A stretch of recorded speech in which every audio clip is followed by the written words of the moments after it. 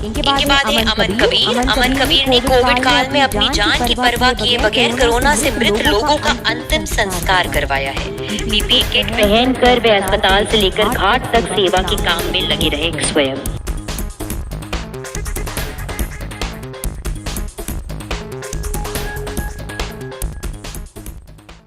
अपने लिए जिए जिए तो क्या जिए, ये दिल तू जी जमाने के लिए। बाजार से जमाने के हम कुछ न खरीदेंगे, हम बेचकर खुशी अपनी लोगों के गम खरीदेंगे। नमस्कार, भारत की तस्वीर में आपका स्वागत है। और आज मैं वाराणसी मंडलीय अस्पताल में हूं, जहां पर मेरे साथ हैं अमन कबीर।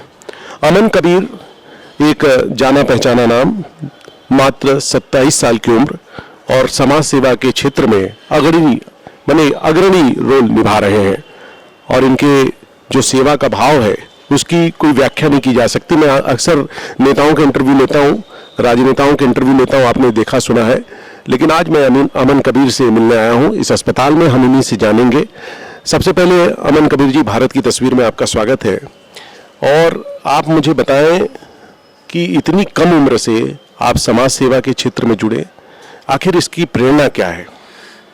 हम जुड़े नहीं, हमको जैसा लगता है कि हमको डायरेक्ट ईश्वर के द्वारा ये सेवा मिला हुआ है। 2007 में जब यहाँ बम विस्फोट हुआ कचहरी में, तो उस समय मैं 7 क्लास का स्टूडेंट था और स्कूल से भाग करके यहाँ आया और सेवा देखा कि जो लोग थे जिनका कोई नहीं रहता, वो लोग यहाँ पड़े हुए थे, उनकी सेवा करने लगा। करते करते एक शौक सा हो गया और इसके लिए मेरे पैर में जंजीर भी बने। मेरे पापा, क्योंकि हम लोग का परिवार में मध्यम वर्गीय परिवार था, तो पापा जंजीर बांधे कि मेरा लड़का ना भागे, लेकिन तब भी मैं भाग जाता था।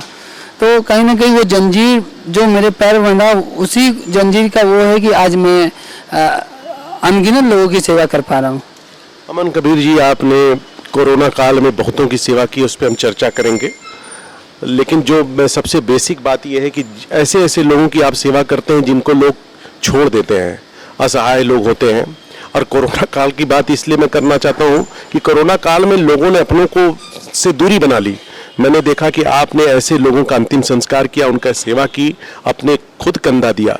तो ये सारी जो बातें हुई, उसके पीछे क्या भावना थी आपकी? देखिए, मेरी भावना, मैं जो भी करता हूँ ये कोई ना कोई मुझसे कराता है। ये कोई दैवीय शक्ति है, ईश्वर का आशीर्वाद है कि मैं कर पाता हूँ। क्योंकि कोरोना काल में जहाँ कोई मुंबई से आया हुआ डेट कर गया, उनके घर वाले आने, कोई भारत पेट्रोलियम का अधिकारी है, कोई आईएएस परिवार का अधिकारी, उनके माता का बॉडी पड़ा है, तो ऐसे ऐसे लोग संपन्न होकर भी वो नहीं कुछ कर पा रहे थे। लेकिन हम जैसे युवाओं के ऊपर भरोसा रखते थे, तो हम लोग के साथ हमारे मित्रगण, मोनू बाबा, तमाम लोगों के साथ सेवा करते रहे और कोई डर भय नहीं। तो किस तरीके से सेवा की कोरोना काल में, क्या किया आपने? समझ लीजिए कि अगर एक फोन आ जाए हॉस्पिटल से, किसी को एडमिट कराना, बेड नहीं मिल रहा है तो बेड के लिए आना, एक फोन आ जाए घाट पे आना तो घाट पे भाग, मतलब और वो कैसे मैनेजमेंट हो पाता था ये कुछ भी। और अभी भी जो भी काम चलता है हम कुछ नहीं कर पाते, ये अपने आप मतलब होता जाता है। कोरोना काल में जहाँ लोगों को ऑक्सीजन बहुत, जब शुरुआती दौर में लॉकडाउन लगा तो पूरे मार्केट बंद हो गए, तो बहुत बच्चे जो छोटे बच्चे थे उनके पाउडर नहीं हो पाते थे, दूध के पाउडर और तमाम ऐसे चीज़ तो दिक्कत होते थे। तो हमारे शुरुआती दिनों में जब लॉकडाउन लगा तो यहाँ हमें भी ये लगा कि हम भी घर में अब रहेंगे।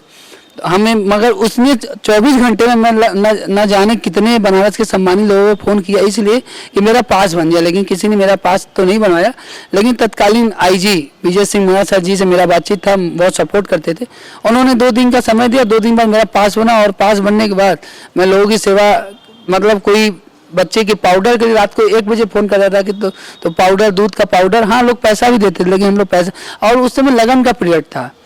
जिन लोगों की शादी भी न्यू शादी हुई थी और उनकी वाइफ अपने मायके या अपने घर रहती थी, वो नहीं जा पाते, तो मेरा भी सहारा लेते थे। कई लोग की धर्मपत्नी लोगों को भी लाए हम लोग, कई लोग के परिवार के लोगों को भी लाए, मतलब हर प्रकार की जो भी सेवा, प्रवासी मजदूर जो आ रहे थे पैर में छाले, उनको भी, हमारे बनारस के तमाम ऐसे लोग जो सम्मानित लोग, जिनको हमने कहा कि अब मैं तो संपन्न नहीं हूँ, लेकिन लोगों के अंदर ये रहता है कि अमन अगर कर रहा है कुछ किया जाए।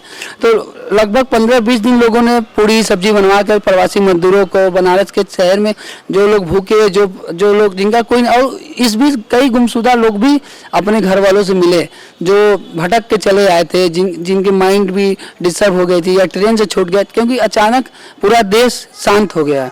आपने उस समय कोरोना काल त्रासदी थी, लोग अपनों से नाता तोड़ लेते थे, पहचानते नहीं थे। मैंने देखा कि बहुत सारे लोग जिनका आप अंतिम संस्कार कर रहे थे, एक बेटी थी जिसकी माँ मर गई थी या पिताजी मर गए थे, ऐसे ऐसे चीज़ें मैंने बहुत सारी जो दर्दनाक तस्वीर थी समाज की वो देखी आपके ज़रिए। तो उसके पीछे आप बताएं क्या क्या कुछ घटनाएं जो याद करते हो आप, और ऐसा नहीं होना चाहिए समाज के अंदर, कुछ कहना चाहिए? देखिए, क्या घटना? ऐसे बहुत लोग ऐसे भी मिले कि जिनके परिवार का हम लोगों ने अंतिम संस्कार किए, अभी तक उन लोगों ने हम लोग की चिंता, हम लोग ये चिंता नहीं करते कि कौन पूछा, लेकिन उसमें ऐसी हालात थी कि लोग मतलब जैसे सांप काट ले तो लोगों को डर, अगर सांप अगर उस समय कोरोना काल में ऐसा था कि किसी को छू देंगे तो काट लेगा। तो उस समय हम लोग इसी वार्ड में यहाँ भी कोरोना मरीज आते थे और चले जाते थे, लेकिन लगभग प्रतिदिन हम लोग 20-25 कोरोना मरीजों से संपर्क में ऊपर ही आते रहे होंगे। हर आदमी कोई ना कोई कोरोना से, किसी को निमोलाइजर चाहता था, किसी को मतलब। और अभी कोरोना काल में कई ऐसे एक बार फोन आया, फोन क्या है, हम लोग ऐसे ही घूम रहे थे, लोग मरीज को खोज रहे थे, तो यहाँ आए तो देखिए 3 बहन अपने पापा को लेके आए, ब्रेन हेमरेज मार दिया था। तो हम लोग को डर लगा था कि वो लड़कियाँ हैं, कोई दिक्कत ना हो, कोई समस्या ना हो, कोई वो ना हो। तो वो जो लड़कियां थी, हम लोग संकोच किएंगे, लड़कियां भाई कुछ बोल न दें, हम लोग देखते रहे कि ये लोग क्या करती हैं। डॉक्टर लोग को बुलाएं कि सर देखिए, तो डॉक्टर बोले डेट कर गए। फिर उन लोग से हमने पूछा कि मदद चाहिए, तो उन्होंने कहा नहीं जाइए, आप जाइए। हम कहने पहले अपने घर वालों को बुला लीजिए, सबको फोन क्या, हाँ चाचा आ रहे हैं, मामा आ रहे हैं, ये आ रहे हैं। तो हम लोग जब कोई आ जाएगा तभी जाएंगे। आधा 1 घंटा हो गया, हम हमारे मित्र मोनू बाबा, हम दोनों लोग खड़े रहे, कोई नहीं आया। हम कहे अब बताइए क्या किया जाए, कहा भैया आप तुम ही करो। तो हम लोग पूरी बॉडी बांधे, कंधा देने वाले लोग नहीं थे, फेसबुक पर सोशल मीडिया पर डालें, कंधा देने के लिए लोग आए। और फिर हम लोग यहाँ से मणिकंगा घाट तक ऑटो से ले गए बॉडी, और आज वो परिवार हमारे घर की तरह है। और इसी तरह एक लड़की होती जो अपने पिताजी का 24 घंटा, यहाँ पांडेपुर क्षेत्र है, 24 घंटा बॉडी लेके पड़ी थी, अगल बगल कोई नहीं आया। हम लोग को सूचना है, हम लोग पहुंचे, मदद किए, और आज वो बहन हम लोग को राखी बांधी। आज उसके ना माँ है ना बाप है। हम लोगों ने ये भी संकल्प लिया कि भविष्य में उस लड़की का शादी कराएंगे। अनगिनत किस्से आपके जुड़े हैं समाज से, जो आप करते रहे, कई नए परिवार बनते चले गए। एक किस्सा और था, आपने सोशल मीडिया पे मैंने देखा कि एक शिक्षिका थी, शायद उनकी मौत हो गई थी, आप उससे जुड़े, उनके बच्चे कहीं बाहर थे, वो लोग नहीं आए। हाँ। ये क्या कहानी थी? एक बार हुआ कि कोई टीचर थी, और वो जो है उनकी, हमको थोड़ा, उनके परिवार के लोग नहीं आ पाए, आपने, क्योंकि कई अनगिनत कई ऐसे कहानी है। किससे आपसे जुड़े हैं। मैं उसको इसलिए याद कर रहा हूँ क्योंकि आज समाज की त्रासदी है कि माँ ने बच्चों को पाला, लेकिन वो उनका अभी हाल ही में, वो तो हाल की बात, अभी हाल ही में एक महिला फ्री ऑफ कास्ट सबको पढ़ाई, अपने बच्चों को पढ़ाई, लेकिन जब उनकी डेथ हो गई तो उनको लोग ले जाके आश्रम में रखवा दिए हैं। तो ऐसे लोग भी हैं कि जो माँ IAS, IPS, PCS, bank manager और रिटायर हर चीज़ बनाती है, उस माँ को भी पूछने वाले लोग जो है अंतिम समय नहीं आते। देखिए, जरूरी नहीं कि जो माँ जन्म दी वही माँ, हो सकता है कि जो जन्म न दी हो, जो भाई से संबंध न हो, तो ये हम लोग का कहीं ना कहीं पिछले जन्म का रिश्ता रहा होगा, इसलिए इस जन्म में उनको हम लोग मुखाग्नि देते हैं। ऐसे कई लोग हैं जो अपनी माँ, अपने भाई को बीमार हालत में छोड़ते हैं, डेथ हो जाता है तो कंधा देने नहीं आते। हाँ, अगर उनकी संपत्ति होती है तो मृत्यु प्रमाण पत्र मांगने के लिए आ जाते हैं। तो ऐसे संपत्ति के लिए आ जाते हैं, मृत्यु प्रमाण पत्र, लेकिन सेवा नहीं करते। वहाँ पे अमन कबीर जाते हैं। आपका यहाँ पे एक बाइक देख रहा हूँ मैं, ये बाइक एम्बुलेंस लिखा हुआ है, अमन कबीर आपका मोबाइल नंबर है, और लावारिस रोड, दुर्घटना घायल लाचार, जिनका कोई नहीं उनकी सेवा के लिए सूचना दे। तो ये जो आपका बाइक है, इसकी क्या विशेषता है? देखिए, क्यों लेने की आवश्यकता? ये हमने लिया नहीं। जी। मेरे पास कुछ भी नहीं था, मैं पैदल चलता था, और हमने कभी ये नहीं सोचा कि हमें ये मिल जाए, हमें वो मिल जाए। मुझे जो भी मिलता सब अचानक, मुझे उस व्यक्ति के बारे में नहीं पता कि कौन व्यक्ति हमें क्या देगा। अगर मुझे किसी को ऑक्सीजन भी देना है तो वो भी नहीं पता कि ऑक्सीजन मशीन किसके यहाँ से हम भरवाएंगे, कौन फ्री में देगा, कौन नहीं देगा। तो ये काम मैं नहीं करता, ये काम मुझसे कराया जाता है। तो ये अभी आपको बता दें, ये गाड़ी जब मैं सेवा करता था, पैदल चलता था, तो एक लोग को लगा कि एक लोगों ने मुझे परिचय कराया कि अमन यादव, मेरा नाम अमन कुमार यादव है। तो करते करते उन्होंने कहा तो भाई ये अमन यादव हैं और इनकी मदद की। तो वो मैं 20 किलोमीटर पैदल जाता था, तो उनको दया आया, तो उन्होंने खुद की अपनी बाइक मुझे दे दी। तो मैं ऐसे ही चलाता रहा। एक दिन मैं सोशल मीडिया पर सर्च किया तो लोहे का बाग, वो कोका कोला का एक बॉक्स था, उसी बॉक्स को जुगाड़.com करके बेटाडीन कॉटन ऐसे ही लेके चलने लगा बाइक एम्बुलेंस। करते करते फिर हमें क्या पता कि नए तरीके का यूनिक कुछ हो जाएगा, अलग अलग ये अपने आप होता जाता है। तो ऐसे ही करते जब भी रोड पे कोई किसी के पैर में कीड़े पड़े रहते हैं, किसी के सर में कीड़े जिनका कोई नहीं होता, या अस्पताल के में बहुत लोग एडमिट रहते जो भाग जाते रोड पे, या किसी शहर में से इधर आ जाते, तो ऐसे लोग घाव हो जाता, सड़ जाता उनको, क्योंकि उनके न माँ होते न बाप, क्योंकि वो अकेले भटकते रहते। तो ऐसे लोगों के लिए बाइक एम्बुलेंस निकाला गया, क्योंकि सरकार जिनके परिवार के लोग हैं उनके लिए एम्बुलेंस निकाली है, जिनके लिए परिवार उनके सब कुछ, लेकिन जिनका कोई नहीं है और तो उनके लिए कोई नहीं सोचता, कोई नहीं है, वहाँ पे अमन कबीर है और उनका एम्बुलेंस बाइक है। इस एम्बुलेंस के पीछे की क्या कहानी है जिससे आप लोगों की मदद करते हैं? ये इस एम्बुलेंस के पीछे की ये कहानी है कि कोरोना काल के पहले, जब कोरोना लॉकडाउन नहीं लगा था, तो उसके पहले ये हीरा जी हैं, ये बनारस आए थे साइकिल यात्रा पे। तो इन्होंने ये हमसे जुड़े थे सोशल मीडिया पे, तो इन्होंने कहा मैं आपसे मिलना चाहता हूँ। तो मैं गया, तो मैं देखिए मेरा एक शुरू से स्वभाव है कि हमारे काशी में कोई भी आ जाए, मेरा परिचय हो चाहे ना हो, उसको इतना स्वागत कर दे, इतना सम्मान कर दे कि वो जाए तो काशी में, यह न कहे काशी में ठग भी रहते हैं, काशी में अच्छे लोग भी रहते हैं।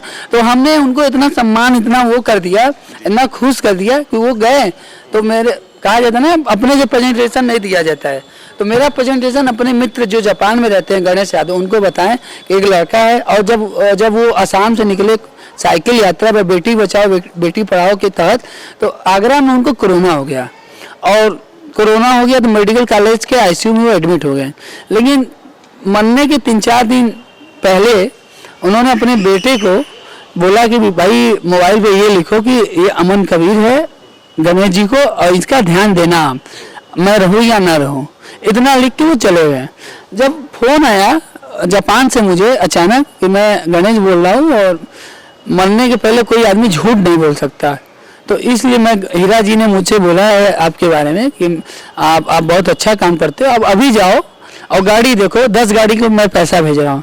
तो जो आदमी साइकिल से चल रहा है, बाइक से चल रहा है और पैसा नहीं है जेब में, कोई अचानक आके दे दिया तो खा लिया फिर, तो उसके लिए 10 गाड़ी आना मतलब राजा की तरह एक वो हो जाना।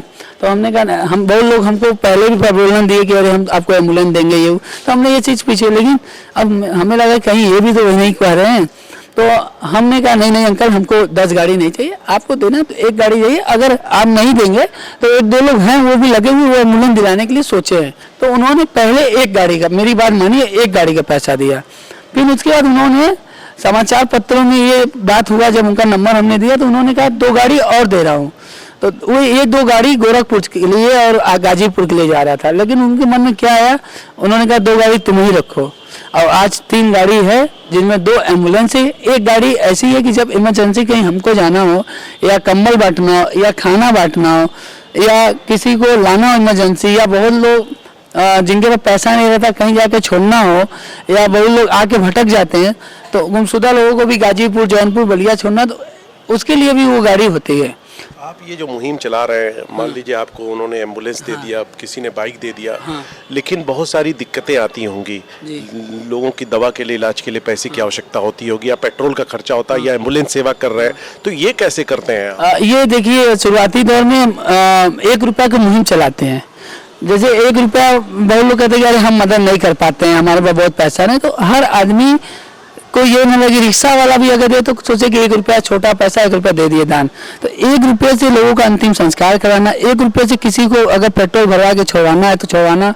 और ये एम्बुलेंस जब जाती है, जिन लोगों के पास पैसा नहीं रहता या लावारिस, उनके लिए निःशुल्क जाती है। लेकिन जो आज जो पारिवारिक है, जो संपन्न लोग हैं, क्योंकि हम लोग का सर्विस जब अच्छा जाता है, हम लोग कभी अपने से मरीज नहीं पकड़ते, लोग खुद फोन करते हैं और फोन करके कहते हैं अमन भाई, तो हम लोग उनसे जेन्युइन पैसा लेते हैं। 700 शहर में गया तो 700-800 नहीं भी देते हैं तो सम्मान के नाते छोड़ देते हैं। बस हमको ड्राइवर का सैलरी और पेट्रोल और जो पैसा एक्स्ट्रा बच जाता है, उस पैसे को, बहुत बार ऐसा होता है कि बोलो इलाज के बारे में पैसा नहीं रहता, तो किसी को 5,000, किसी को 2,000, किसी का अंतिम संस्कार का पैसा बाकी है, तो मतलब इन पैसों को सही तरीके, सही जगह लगाना। मैं ये देखिए कि देखिए पैसा हर आदमी कमा लेता है, लेकिन पैसा इतना भी मत कमाओ कि वो आगे जाके आपको नुकसान दे। तो मेरा ये कि जितना हमको जरूरत है उतना मिल जाता है अपने से। आपको, आपकी उम्र महज 27 साल है जी। आपको काफी सारे सम्मान हाल के दिनों में मिले। खुद योगी आदित्यनाथ जी जो मुख्यमंत्री, उन्होंने भी सम्मान दिया। क्या कहना चाहेंगे इस सम्मान जब आपको मिलता है समाज के से? देखिए, सम्मान तो मुझे, हम सम्मान के पीछे तो कभी नहीं भागे, मैं किसी चीज के पीछे नहीं भागे, लेकिन हमें यह पता है कि जब मनुष्य या कोई इंसान अगर सही रास्ते पर चलेगा तो उसको एक अच्छा रास्ता, अच्छा मार्ग अपने आप मिलेगा। वो अगर गलत रास्ते पे जाएगा, अगर वो अपराधी बनना चाहेगा, उसको अपराध की दुनिया अगर वो सही करेगा, बस अपना नेक सोच चलना चाहिए। अगर सोचने लगेगा कि हम सेवा के नाम में बहुत पैसा कमाने लगे, तो पैसा तो कमा लेगा लेकिन वो सुकून नहीं पा पाएगा। आज हम 1 घंटा भी सोते हैं, रात भर जागे 1 घंटा सो गए तो मेरा नींद पूरा हो जाता है। तो सम्मान तो एक दूसरी, लेकिन हाँ, ये हर आदमी, इंसान के अंदर स्वार्थ होता है, तो कहीं ना कहीं हमारे अंदर भी कोई ना कोई स्वार्थ हुआ है। तो जब सम्मान मिलता है तो हर आदमी को गर्व होता है, तारीफ होता है, लेकिन जब आदमी कोई बुराई करता है तो गलत बुराई हो जाता है। तो इसीलिए जो सेवा करते हैं तो आपको मान लीजिए एक संतुष्टि मिलता है।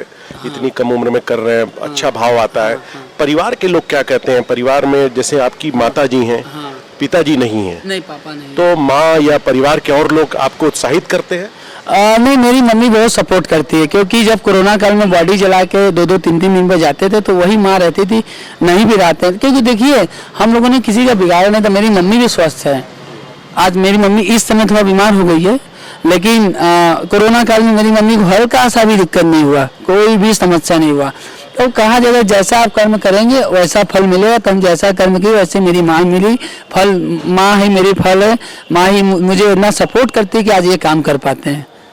आपकी उम्र बहुत कम है, युवाओं को कुछ संदेश देना चाहेंगे? क्योंकि आज सब लोग देखता हूँ कि पैसे के पीछे भागते हैं, बड़ी बड़ी कंपनी में जाना चाहते हैं। आज के लड़के बीटेक एमटेक करके, मतलब हर कोई पैसे के पीछे जा रहा है, लेकिन इतनी कम उम्र में आप समाज के लिए कार्य कर रहे हैं, कोई संदेश देना चाहते? देखिए, आपको बताते हुए हमें खुशी हो रही है कि आज के समय में जो युवा युवती लोग हैं वो अलग ट्रैक के पे तो जाते हैं, लेकिन अब वो इस ट्रैक पर भी आ रहे हैं।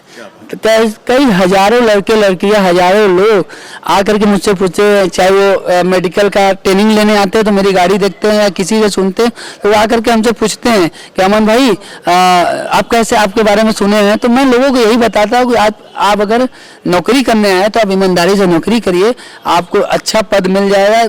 अगर जल्दी सोचेंगे तो जल्दी मिल जाएगा, लेकिन वो सुकून नहीं मिलेगा। तो युवा भी अब आगे बढ़ रहे हैं, और आगे भी जो युवा हैं, मेरा प्रयास है कि वो अच्छे काम में करें, चाहे वो IAS की तैयारी करें, चाहे वो PCS की तैयारी करें, तो मन से करें, दिखावा न करें, और वो पद मिलने के बाद बस घमंड और गुमान न करें, ग्लैमर में ना आए। क्योंकि आजकल जब आदमी को हर चीज़ मिलने लगता है तो वो ग्लैमर में आ जाते हैं। तो मैं अभी इस वक्त यही मानता हूँ कि मेरे अंदर कोई अभी अहंकार ग्लैमर ना, लेकिन जो युवा हैं वो युवा भी हमारे इस काम में आगे बढ़े, समाज में और तेज़ी से बढ़ें, जिससे उनके अंदर एक सुकून मिले और उनके अंदर भी ये हो कि मैं कुछ अच्छा कर रहा हूँ। जब मैं जाता हूँ ना, लोग कहते हैं अरे अमन कबीर जी, तो कहेंगे मेरे अंदर ही हमने कुछ छोटा सा कार्य किया है।